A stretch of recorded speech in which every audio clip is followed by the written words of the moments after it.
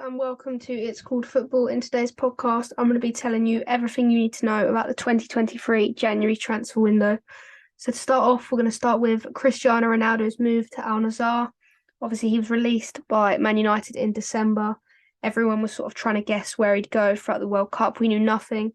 After the World Cup finished, we discovered that he was signing for Al-Nassr. He completed a €200 million deal with them. And when you break that down, he's earning like €6.5 per second. So ridiculous amount of money involved in the deal. He's going to play for the squad until June 2025 when he is 40 years old. So this is most likely going to be the team that he finishes his playing career with. The remainder of his contract will see him being an ambassador for Saudi Arabia to help them win the bid for the 2030 World Cup. To be honest, I think it's quite a disappointing end to a legendary career. I think he must have thought he was going to get loads of offers across Europe, and he said he did, but if that was the truth, he would have taken the deal. I think he'd much rather play in Europe than in Saudi Arabia. He said, "My work is done in Europe. I've won everything."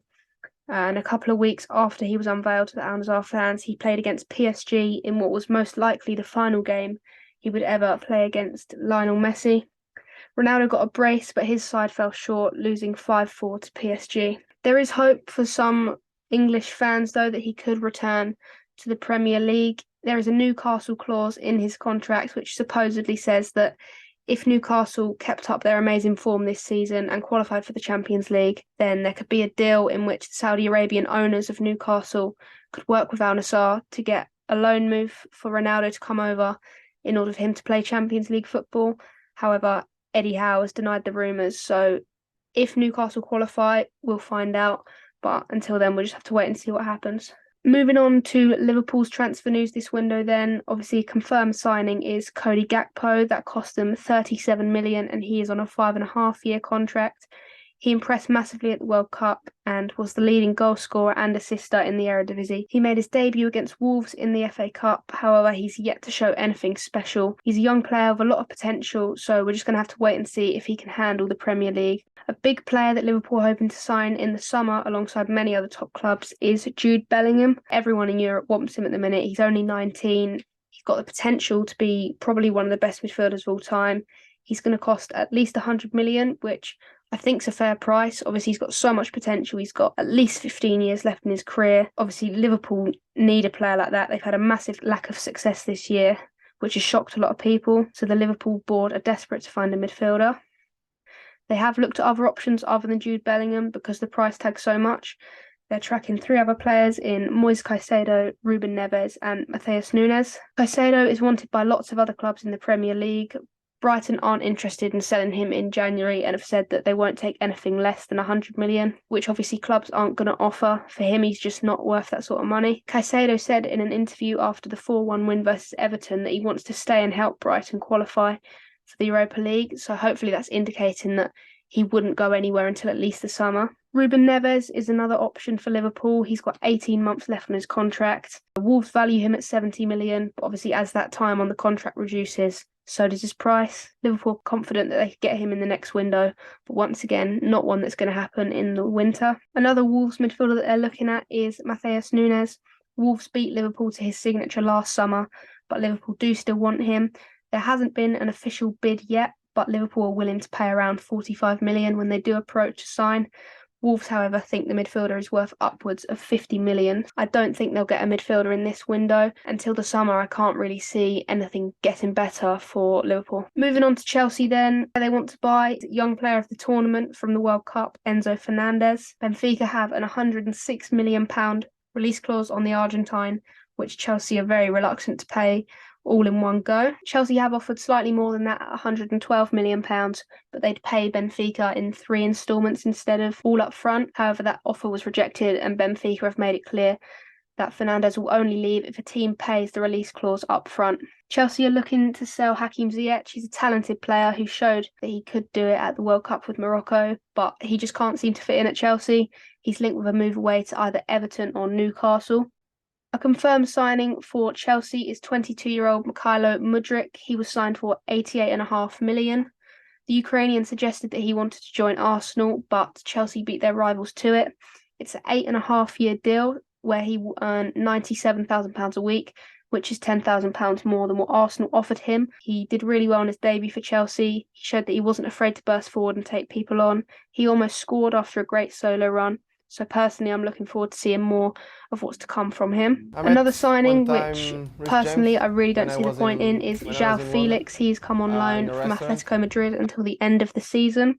It's a £10 million loan fee plus the wages, which means Chelsea are paying around £20 million for Felix. He's only really going to be playing for 5 months. So I think it's silly money on a player who they don't really need, and in my opinion, a really pointless deal. I was impressed by him against Fulham. I think he played really well, but obviously quickly ruined his debut as he received a red card. Madueke from PSV has been signed for £29 million by Chelsea.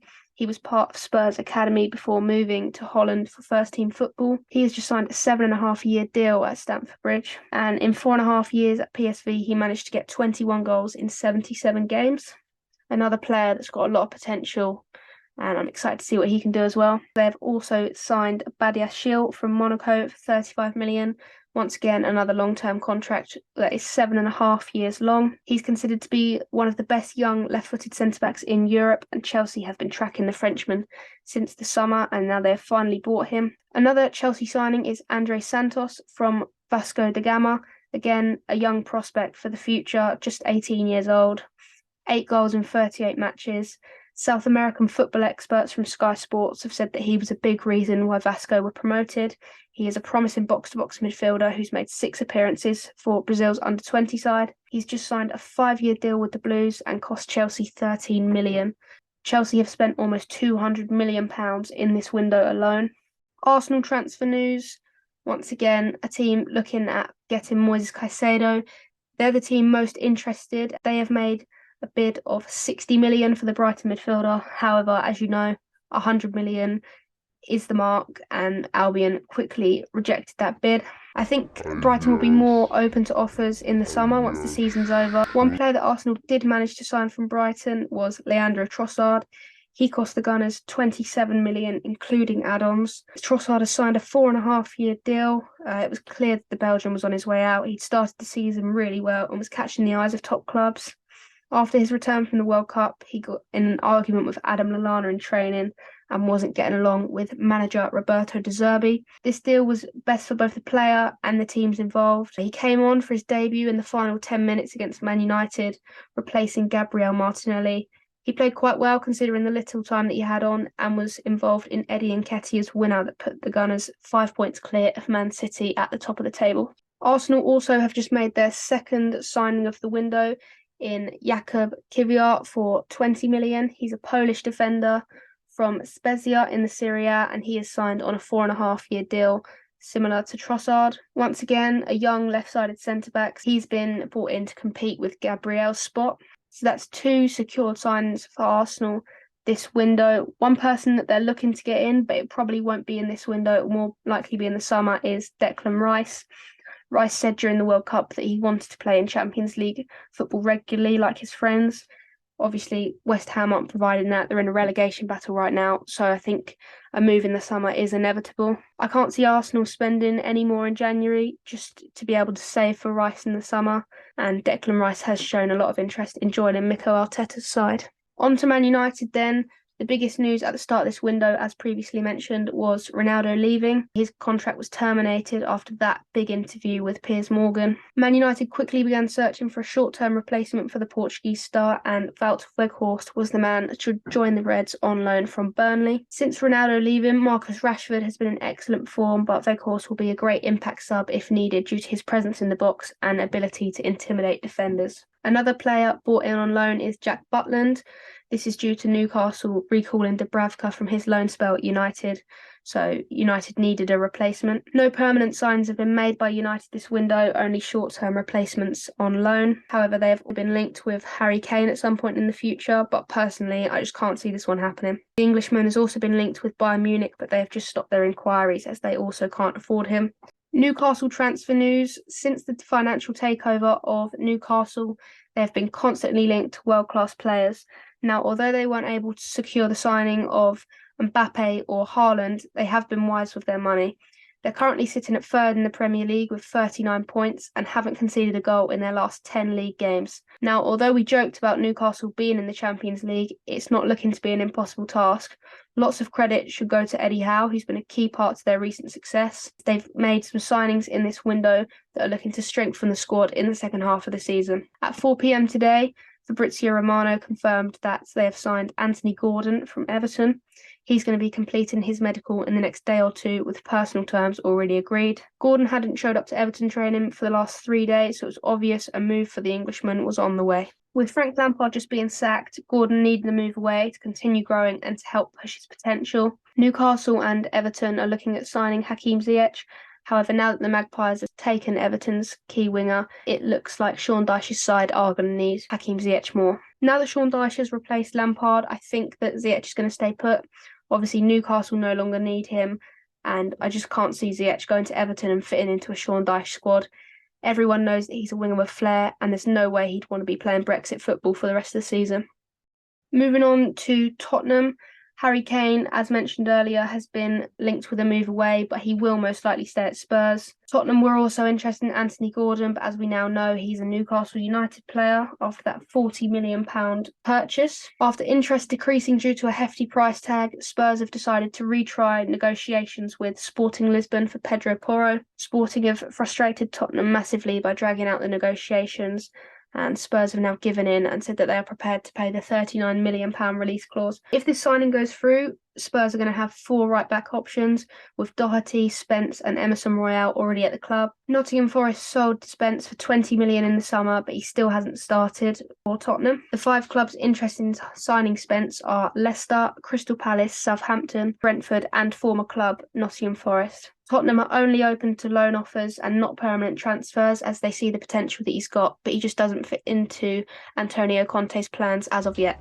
Tottenham's first confirmed deal of the window was when they hijacked Everton's deal with Arnaut Danjuma. Everton had a full agreement in place, a medical completed and documents ready to be signed. However, Spurs entered the race at the last minute, promising to pay the full wages until the end of the season, which Villarreal quickly accepted. Danjuma had completed his medical and media work with Everton, but chose to accept Spurs' deal instead. Tottenham are also looking to sign Nicolo Zaniolo from Roma. He's been placed on the transfer market for £35 million. Spurs would like to do an initial loan with obligation to buy, however Roma aren't open to this. Jose Mourinho said in an interview that he believes Zaniolo will stay, although the player does want to leave. He said, "I have a gut feeling which tells me on February 1st he will be here." Zaniolo is keen for Spurs to make an offer as he is not happy and the fans do not like him, according to reports coming out of Italy. Manchester City have been heavily linked with Croatian defender Gvardiol. Lots of clubs are interested after his World Cup performances. The Leipzig defender is now the most sought-after defender in the world, and Manchester City want to beat other teams to his signature as they believe he is the next Vincent Kompany. One confirmed signing that's happened for City this window is for Maximo Perrone. He joins from Vélez Sarsfield for £8.2 million on a 5.5-year deal. The young midfielder made his debut for Vélez just 10 months ago, but has impressed massively so far. A player who has also impressed and is already at City is Rico Lewis. The young left-back has stepped up to the plate at the Premier League so far, and the teenager is due to be rewarded with a new contract very soon. In my opinion, the biggest news for City this window is that they have just inserted a huge release clause into Erling Haaland's contract. It is worth £175 million and €200 million. That comes into play in June 2024. He's made an instant impact for City since joining, scoring 25 goals already this season in just 19 games. He is the quickest player to reach 4 Premier League hat-tricks, once again in just 19 games. And to put it into perspective, the second most fastest was Ruud van Nistelrooy, and it took him 65 games. Other transfer news across Europe: Jan Sommer has just joined Bayern Munich until June 2025. Bayern will pay Borussia Mönchengladbach just under £10 million for the Swiss goalkeeper. He will be Manuel Neuer's replacement. Azzedine Ounahi was a player I spoke about in the last podcast that I thought was going to get a move away from Angers after his brilliant World Cup performances, and that is exactly what happened. He's moments away from signing for Marseille. That's around €10 million once again, including add-ons.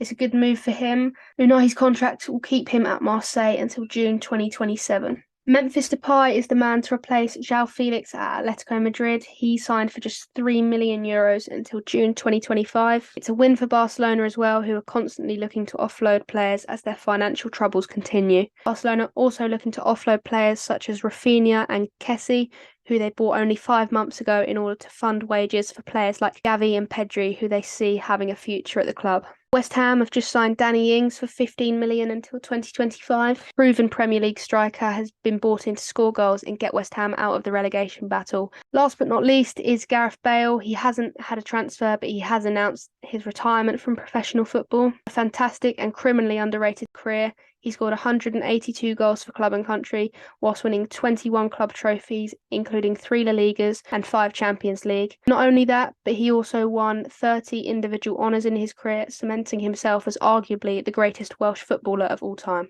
So that is where I'm going to end the podcast. Thank you for listening, and I'll be back very soon with another one.